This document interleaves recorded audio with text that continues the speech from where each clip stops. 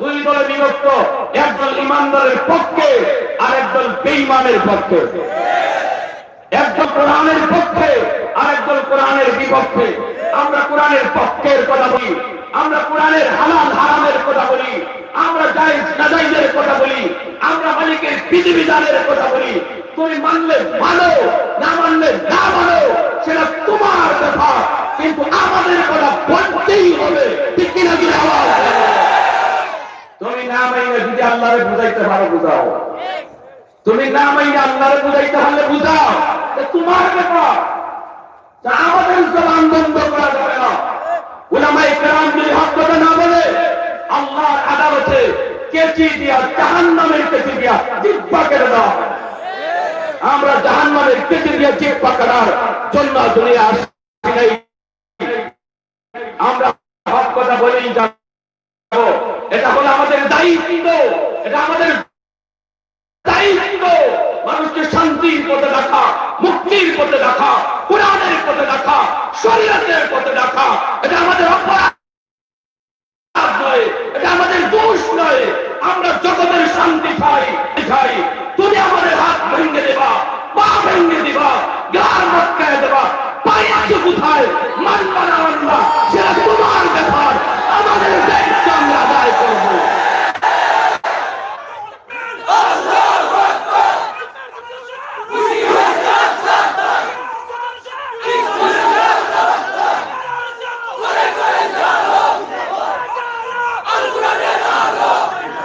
আমরা বলি সুদ ছেড়ে দাও, ঘুষ ছেড়ে দাও, আমরা বলি জিনা ব্যভিচার ছেড়ে দাও, আমরা বলি দুর্নীতি ছেড়ে দাও, আমরা বলি সন্ত্রাসী ছেড়ে দাও।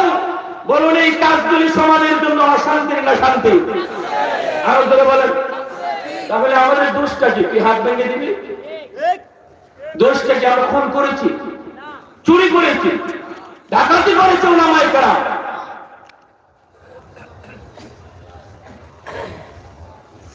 অপরাধ শুধু একটাই, উলামায়ে কেরাম যদি ঘুষের বিরুদ্ধে কথা বলে তাহলে তুই রিকশাওয়ালার কাছ থেকে ঘুষ নিতে পারবি না।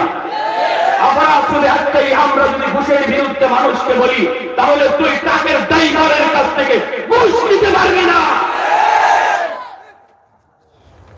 মুআজ্জিজ হাজিরিন, একটা গরম ঘটনা শুধু শোনাই। রাজি আছেন সবাই ইনশাআল্লাহ? কারা কারা রাজি? হাত ধরে একটু দেখান। আল্লাহ কবুল করে মঞ্জুর করো। সবাই বলি আমিন, আর জোরে বলি আমিন। ঐতিহাসিক ইবনে খালদুন তার কিতাবে লিখেন, আল্লাহ নবীর প্রথম খলিফা হযরত সিদ্দিক আকবর রাদিয়াল্লাহু তাআলা আনহুর জামানা রোম সম্রাট সন্ধির জন্য প্রস্তাব পাঠাইল। আবু বকর সীমান্তে আর মারামারি করে লাভ নাই, চলো সন্ধির প্রস্তাব করি, একত্রে বসি। সিদ্দিক আকবর রাদিয়াল্লাহু তাআলা আনহু 100 জনের মুজাহিদ কাফেলা পাঠালেন। আমি নরম ঘটনা তো কি পরিমাণ আছে এদিকে গেলাম না, কারণ সময় কম, খালি একটা গরম ঘটনা শুনাই। সিদ্দিক আকবর রাদিয়াল্লাহু তাআলা আনহু 100 জনের মুজাহিদ কাফেলা তৈরি করলেন সন্ধির জন্য রোম সম্রাটের সাথে। সেনাপতি আমির খালিদ বিন ওয়ালিদ রাদিয়াল্লাহু তাআলা আনহু, উপাধি কি সাইফুল্লাহ, উপাধি কি আল্লাহ তলোয়ার। খালিদ বিন ওয়ালিদ রাদিয়াল্লাহু তাআলা আনহু তিনি 100 জনের আমির হয়ে প্রতিনিধি নিয়ে রওনা দিলেন রোম সম্রাটের আহ্বানে।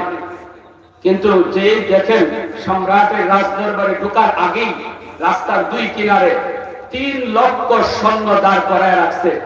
রাস্তার এই পাশে 1.5 লক্ষ, এই পাশে 1.5 লক্ষ, প্রত্যেকের হাতে তলোয়ার, তলোয়ার উঁচু করে রাখছে, আর মাথাটা তলোয়ারের নিচ দিয়ে রাস্তা দিছে যাওয়ার জন্য বাদশার কাছে। উদ্দেশ্যটা ভালো না খারাপ? আপনার দাওয়াত খাওয়াইতে আনছেন আর দাঁড় করায় রাখছেন বন্দুকধারী। খালিদ বিন ওয়ালিদ রাদিয়াল্লাহু তাআলা বুঝলেন, কিন্তু মুসলমান ভয় করে শুধুমাত্র কাকে? আমরা মরণ ভয় পাই, আমরা কাকে ভয় করি?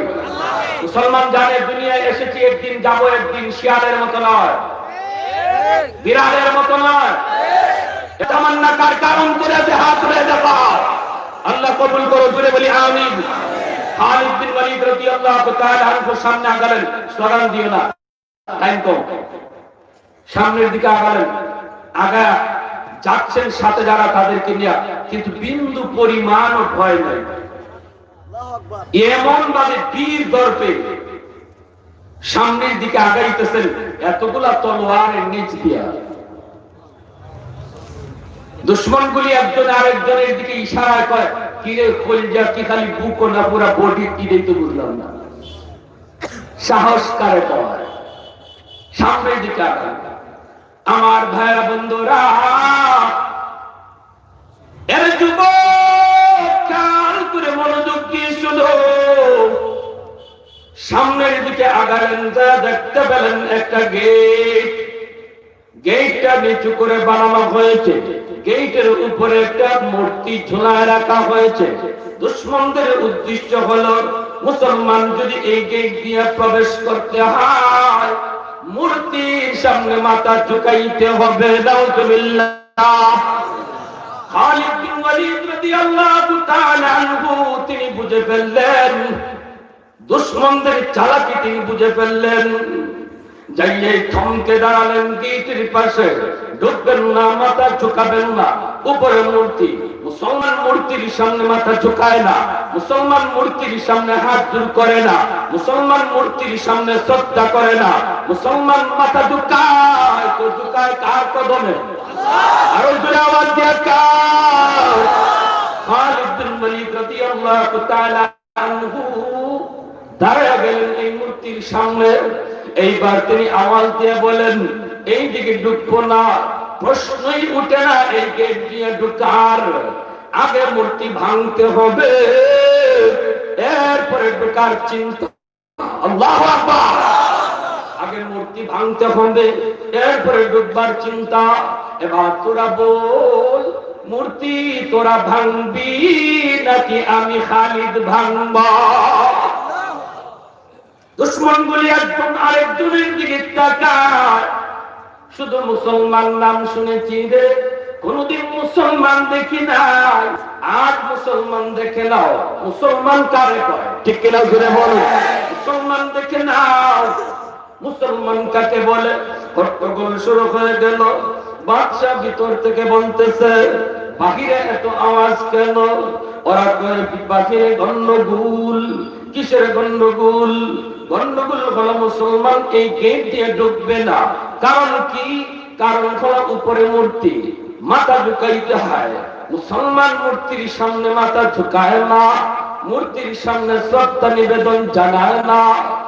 ও জাহাপনা, সেনাপতি পরিষ্কার ভাষায় জানিয়ে দিয়েছে, মূর্তি আমরা ভাঙবো নাকি খালিদ ভাঙবে?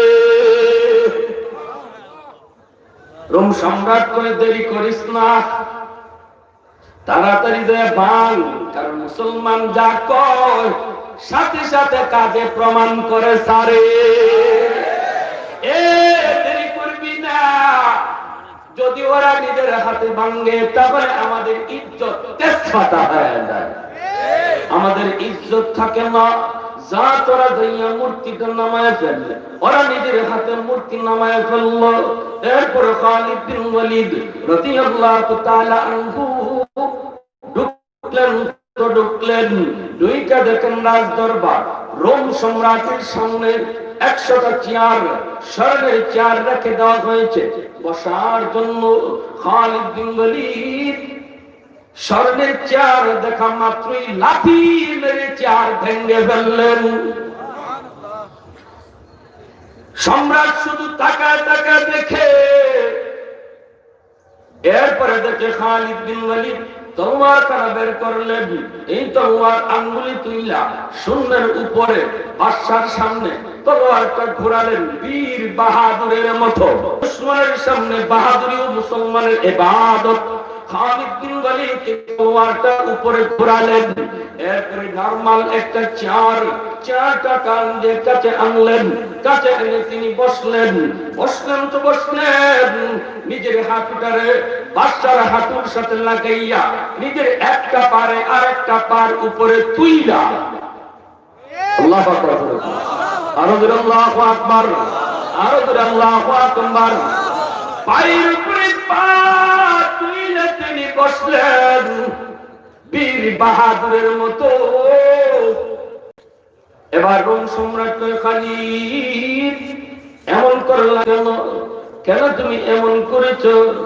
একটু কি বুঝো না বাকি কি দৃশ্য দেখছো? নিকট সব দেখছি। আল্লাহু আকবার করে আলহামদুলিল্লাহ। হযরত চলে আসছেন। হযরতের না মুহতারাম হাজিরিন, হুজুরের গাড়ি আমাদের প্রধান মেহমান চলে আসছেন। আমি পরে করব ইনশাআল্লাহ। আমাদের আনসারী সাহেব হুজুর ইনশাআল্লাহ পরে বয়ান রাখবেন। আপনি হুজুরের বয়ান শুনতে চান পরবর্তীতে? ইনশাআল্লাহ আমরা হুজুরের কাছে অনুরোধ, হুজুর ইনশাআল্লাহ পরবর্তীতে বয়ান রাখবেন, আপনারা শুনে যাবেন। আমাদের আজকের এই জামিয়া ইসলামিয়া হযরত আবু বকর সিদ্দিক রাদিয়াল্লাহু তাআলা আনহুর বার্ষিক ইসলামী মহাসম্মেলনের প্রধান মেহমান, দাওয়াত ও তাবলীগের নিসবতে শতাধিক দেশের সফরকারী ইসলামী চিন্তাবিদ, দাঈ ইলাল্লাহ মুহতারাম শেখ মুফতি হযরত মাওলানা নজরুল ইসলাম কাসমি সাহেব দামাত বরকাতুহু, হুজুর আমাদের